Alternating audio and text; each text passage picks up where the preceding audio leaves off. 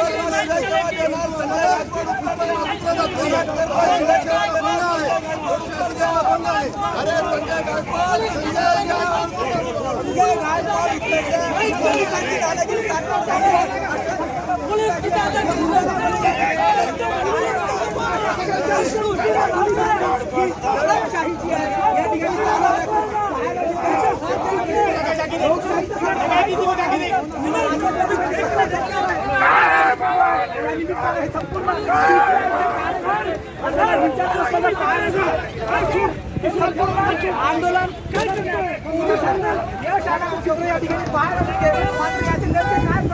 तमाम महाराष्ट्रामध्ये पडतात हे देखील पाहणं महत्त्वाचं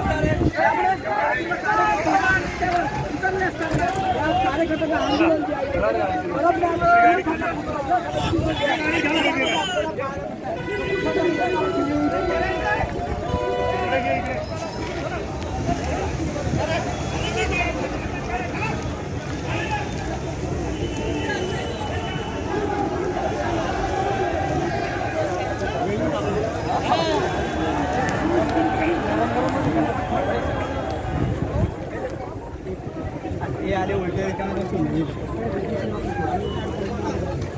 करणं हे पोलिसांचं अत्यंत चुकीचं आहे। अक्षरशः एका मुलीला जोरदारपणे ओढलेला तिचा हात सुद्धा या ठिकाणी फ्रॅक्चर झालेला आहे। हे नारी सन्मान आहे का? आम्ही काय करत होतो? आम्ही लोकशाही पद्धतीने ही मुलगी पोलीस प्रशासनाची आमच्या बहिणीची आम्ही आज रक्षण सुद्धा करू शकत नाही। आम्हाला गुंडस्थ याचा पण एक निषेध करतो आम्ही।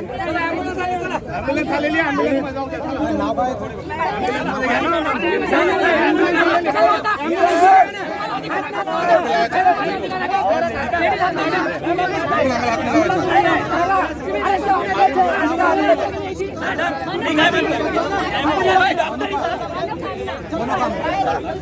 ॲम्ब्युलन्स चालली, ॲम्ब्युलन्स मध्ये घ्या. अरे घे रे, ये ना त्याला. अरे चला घे ना.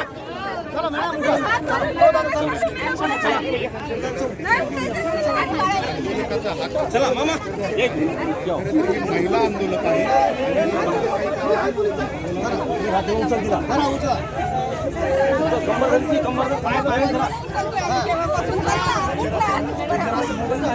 मोबाईल सांभाळा, मोबाईल.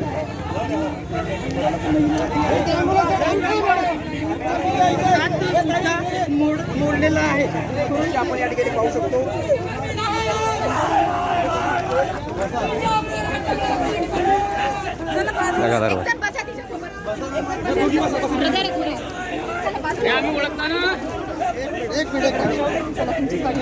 एक मिनिट आमच्या सोबत आहे काही सोबत कोण आहे का?